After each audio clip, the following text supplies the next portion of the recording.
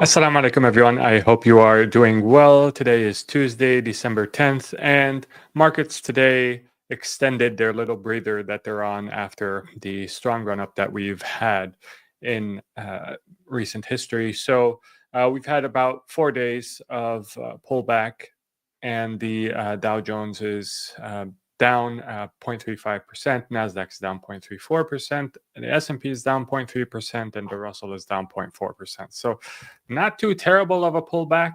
It is to be expected after the run that we've been on. However, there are some names that continue to remain rather resilient. At the top of the list is Tesla. So while everything else was getting smoked, Tesla remained in the green. And for a number of good reasons, I'll go over some of them in this live. Looking at some other assets, we have Bitdeer and IOS Energy pulled back. Those are Bitcoin miners, as is to be expected, considering Bitcoin pulled back to 97,000. It was at 95,000 earlier today. Now, if you're wondering what's going on behind the scenes, Doge was down even more than that. So the higher beta cryptos are going to go up more when things are going well, and they're going to go down more when things are pulling back. And so this is what we're seeing. Solana was down 1%. It's down substantially compared to a week ago. Now it's closer to 214. But what is happening behind the scenes, in case you're wondering, is a bunch of leverage is being flushed out, and a lot of it has to do with market makers actually headhunting levered players and wiping their positions out. So this is to be expected. I do expect a rebound in the not too distant future.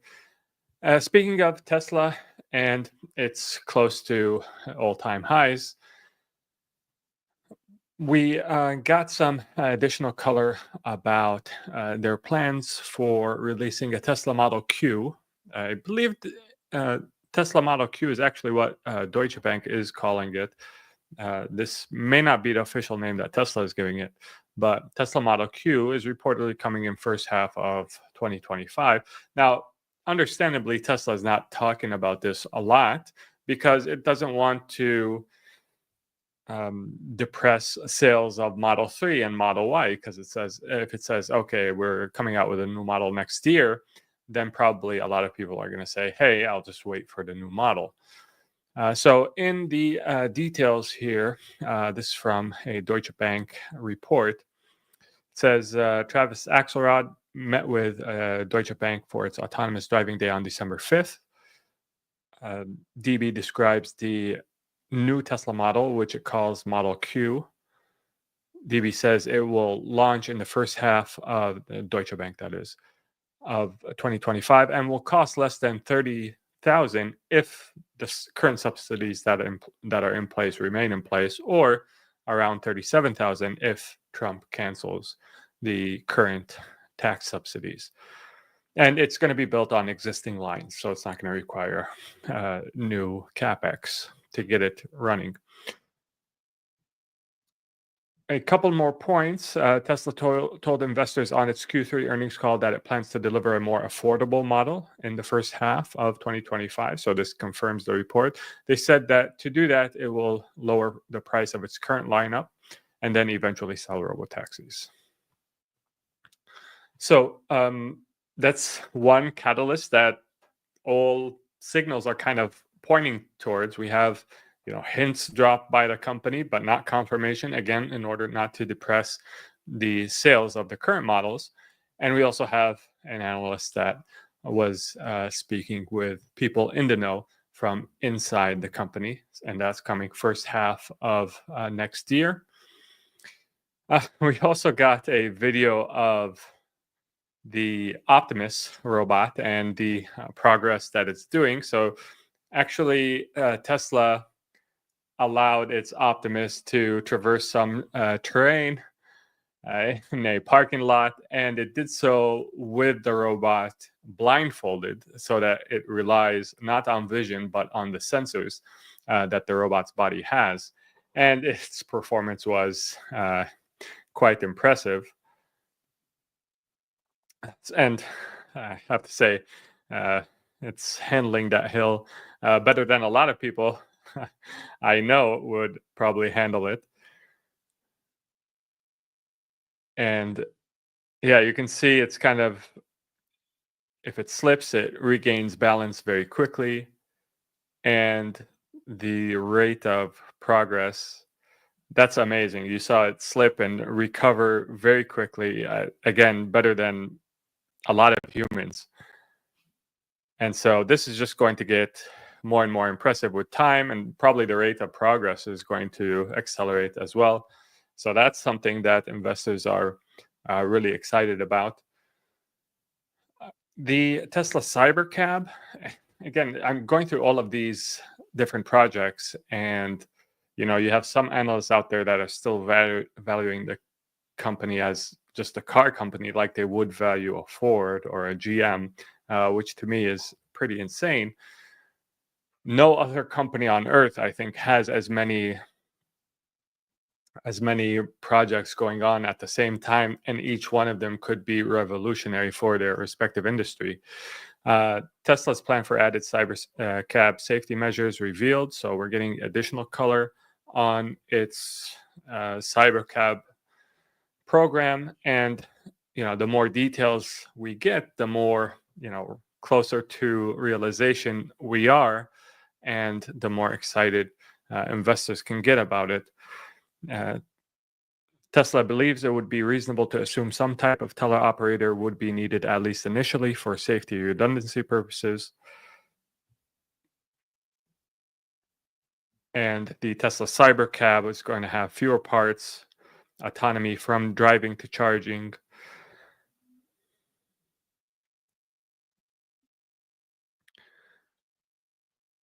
Beyond touting the scalability of its FSD software due to its utilization of a neural network model, unlike other companies that are subject to geofencing and pre-mapping, like Waymo, which it's baffling to me that anyone is comparing Waymo as considering it a competitor to Tesla, which has a generalized solution. Tesla has regularly highlighted the lower cost cameras its products use as a major savings benefit compared to companies that use LiDAR and multiple redundant systems at once. While redundancy may be important to Tesla at first with the use of teleoperation, the company is looking long-term at a non-redundant camera-based system used in its other vehicles. So it's going to start, obviously there's going to be hiccups, there's going to be teleoperators to add some redundancy, but eventually it should not need that, and if it does need it, it should be very sparsely used, which has already been gathering training data from real drivers over the years.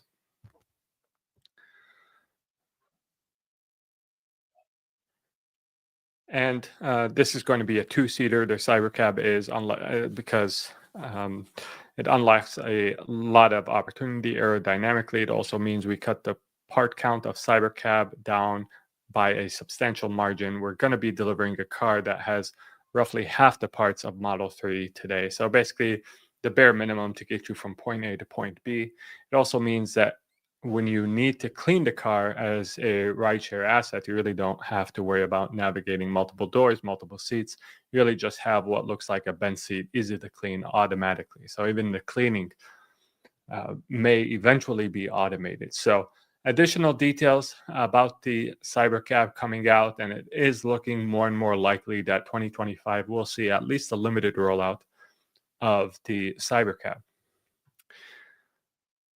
All right, and on the heels of all of this good news, Deutsche Bank has named Tesla stock as a key idea for 2025. No kidding.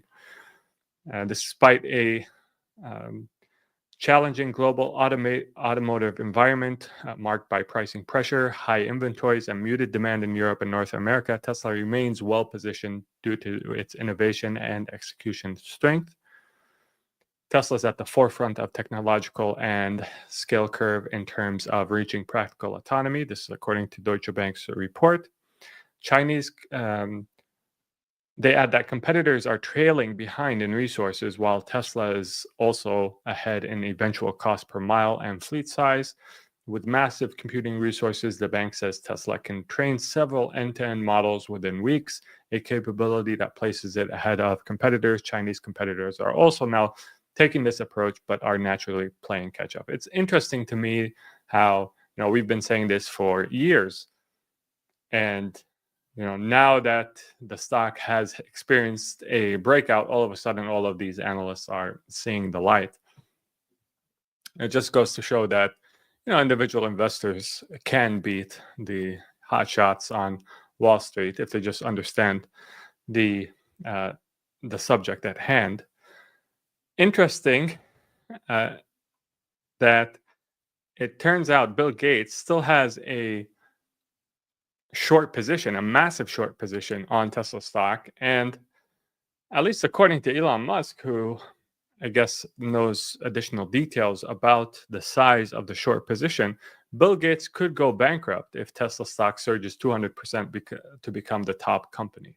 This is according to Elon Musk. So this is a reply to a tweet that was posted by Tesla Economics on December 9th. So Gates placed a massive bet on Tesla dying. This is quoting Elon Musk. When our company was at one of its weakest moments several years ago, such a big short position also drives the stock down for everyday investors. To the best of my knowledge, Gates still has that massive bet against Tesla on the table. Someone should ask him if he does. The lack of self-awareness, this is Musk saying this, the lack of self-awareness and hypocrisy of Gates, who had the nerve to ask me to donate to his mostly window dressing environmental causes, while simultaneously aiming to make $500 million from Tesla's demise, boggles the mind. And in response to this quote, he says, if Tesla does become the world's most valuable company, by far, that short position will bankrupt even Gates. So yeah, that's tough to wrap your head around why someone as smart as Gates would short such an obvious play, probably the most innovative company of our time, Tesla. But if you're smart at one thing, that doesn't mean you're smart at other things. And apparently, Bill Gates isn't really the best stock picker. Now, if looking at Tesla stock and its price, as we mentioned, it's nearing all-time highs. It's November 5th, 2021, it reached 407, which we flirted with today. And we're just getting started, because if you look at this chart, you see this base forming from November 5th, 2021 until today, so 3 years. And the bigger the base, the bigger the break. So basically, this stock has done nothing if you bought it 3 years ago and just held it. But the company has done a lot. And so the stock is going to catch up with the company in a big way.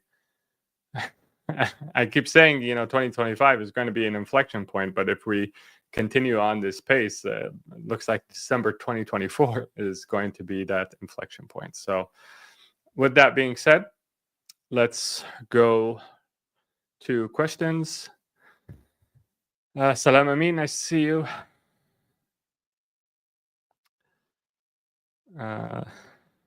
Thanks. I'm glad you liked the last live.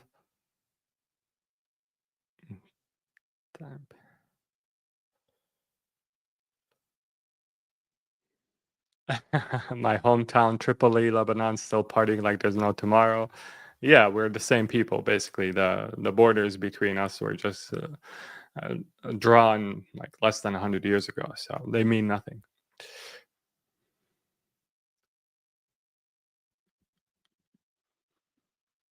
I'm gonna skip the political questions, guys, so that we stay on finance and investing, which I'm assuming is what the most people tune in for.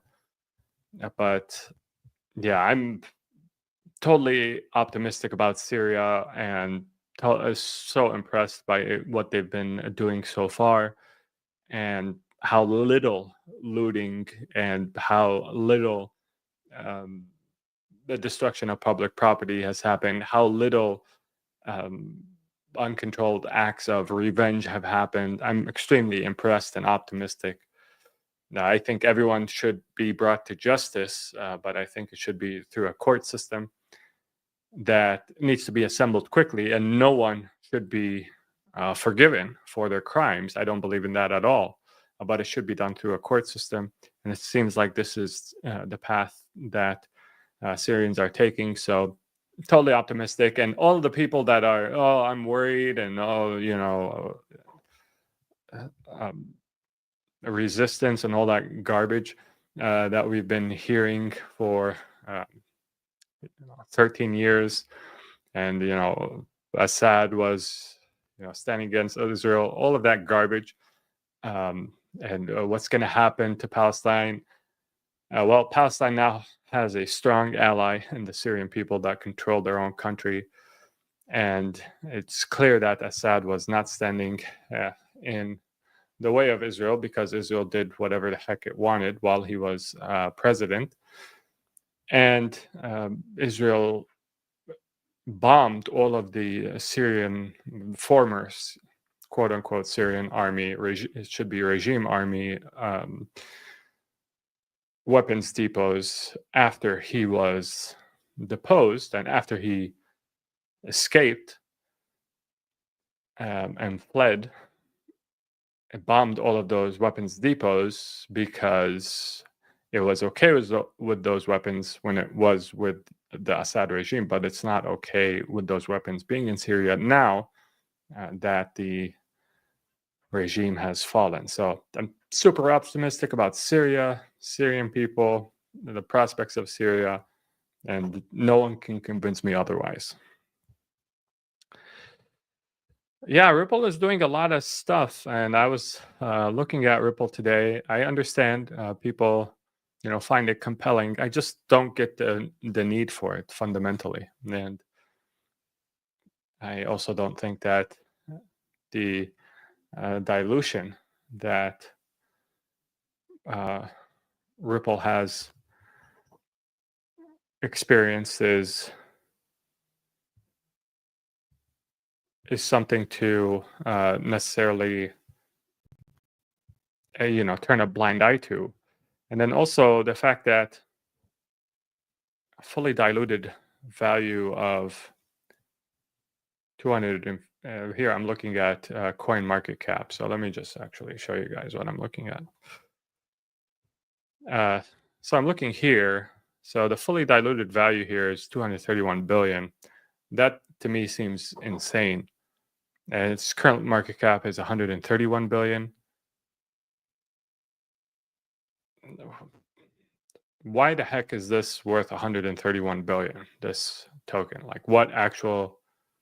I understand that it has partnerships and some limited use cases, but is it generating cash is this project generating cash that justifies 131 billion market cap? The answer is no.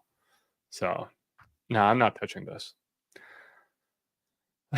But and the markets can remain irrational for a very long time, but I don't see why I would buy that. This is actually a good question, Fred. So, Salam Rakaan, any concerns about Google's recent quantum breakthrough in regards to Bitcoin? So I actually looked into this, and it doesn't seem like this is something that in the foreseeable future is anything that Bitcoin needs to worry about. Theoretically, is it something that 5 to 10 years from now, maybe, is it something that Bitcoin needs to worry about? The point has been made that if quantum computing becomes a thing, then there's a lot more than just Bitcoin that needs to be reviewed, like our passwords, just generally. I mean, there's a lot. I mean, there's the banking system, wire transfers.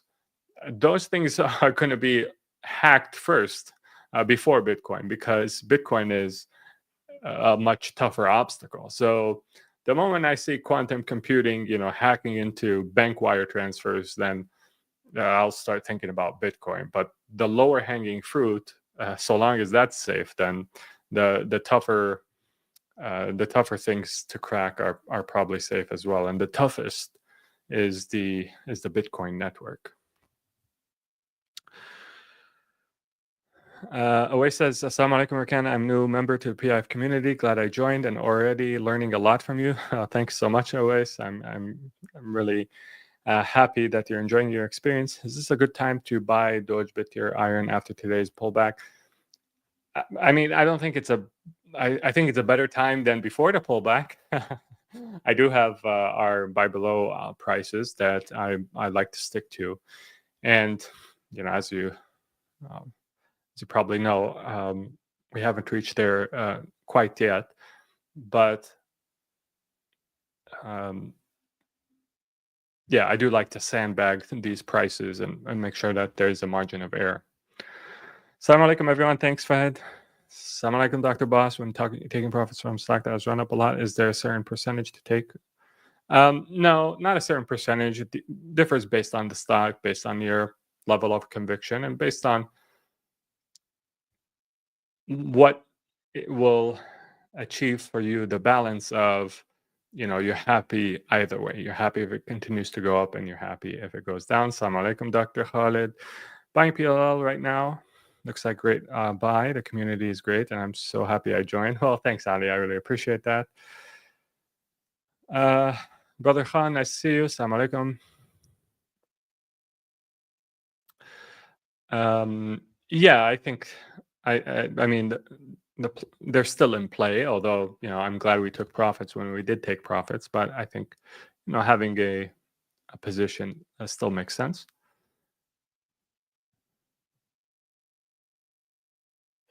Rashad says, Salam, do you see any significant market events by year end that will change your market view?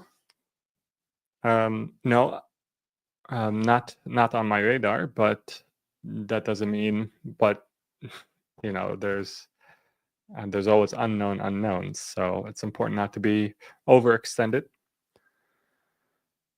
Yeah, I think the stock to flow model is, Walaikum salam, Hannibal, by the way. I think that stock to flow model is a good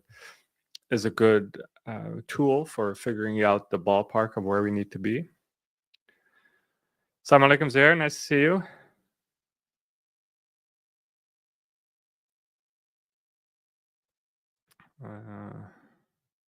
Check out fuel. Okay. Inshallah. Inshallah, looking into it.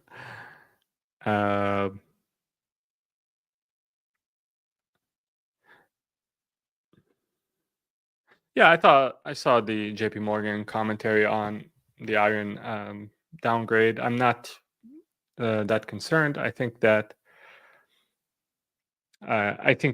the thesis remains intact. I mean, analysts are not really that great at their job, to be honest. I think you can often find better analysis on X, and certainly better analysis on PIF. So, yeah, I think the argument for the crunch in the imbalance or the outpacing of the digital needs for power versus the physical limitations on access to that power is a valid one.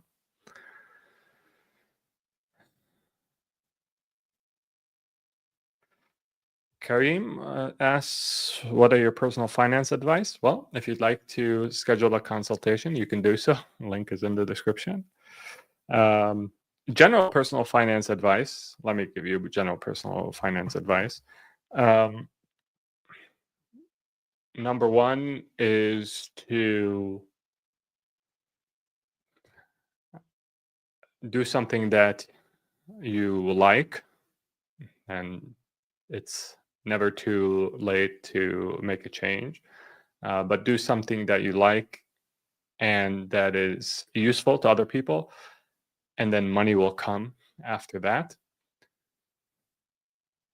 The more you chase money, paradoxically, the harder it is to get. But the more you chase trying to be beneficial to other people, the easier. Money becomes a byproduct of that.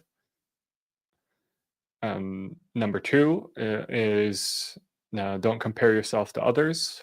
Live within your means. Don't expand your lifestyle while your income expands. Leave a cushion there. So oftentimes I'll talk with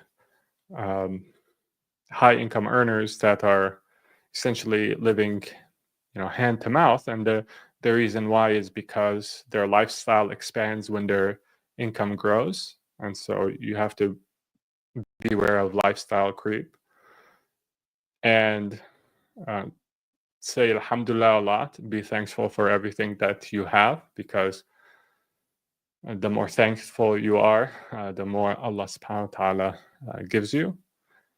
And don't make money your number one priority. Make sure that you put things in their proper perspective, and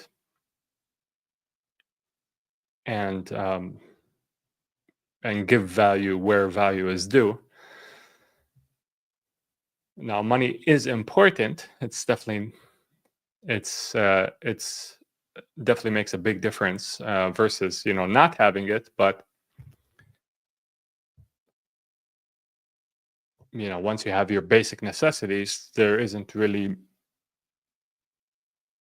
the margin of benefit, or there's a diminishing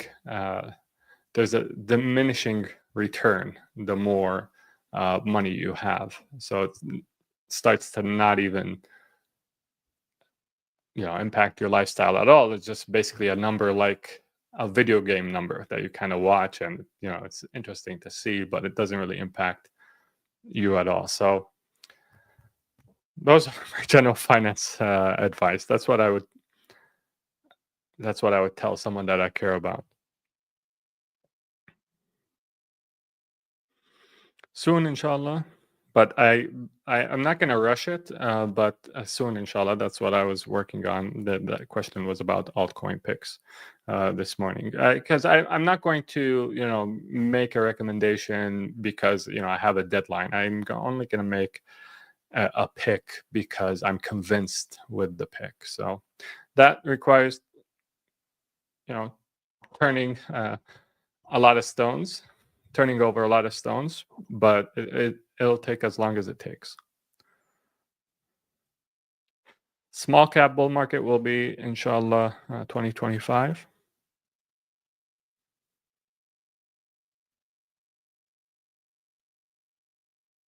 Thanks, brother. Well, yeah, Kareem. I'm glad you liked it. Thank you all for tuning in. Hey, leave a like. Let's get this live to 100 likes. There's 100 people in here, so if everyone hits the like button, we're at our goal.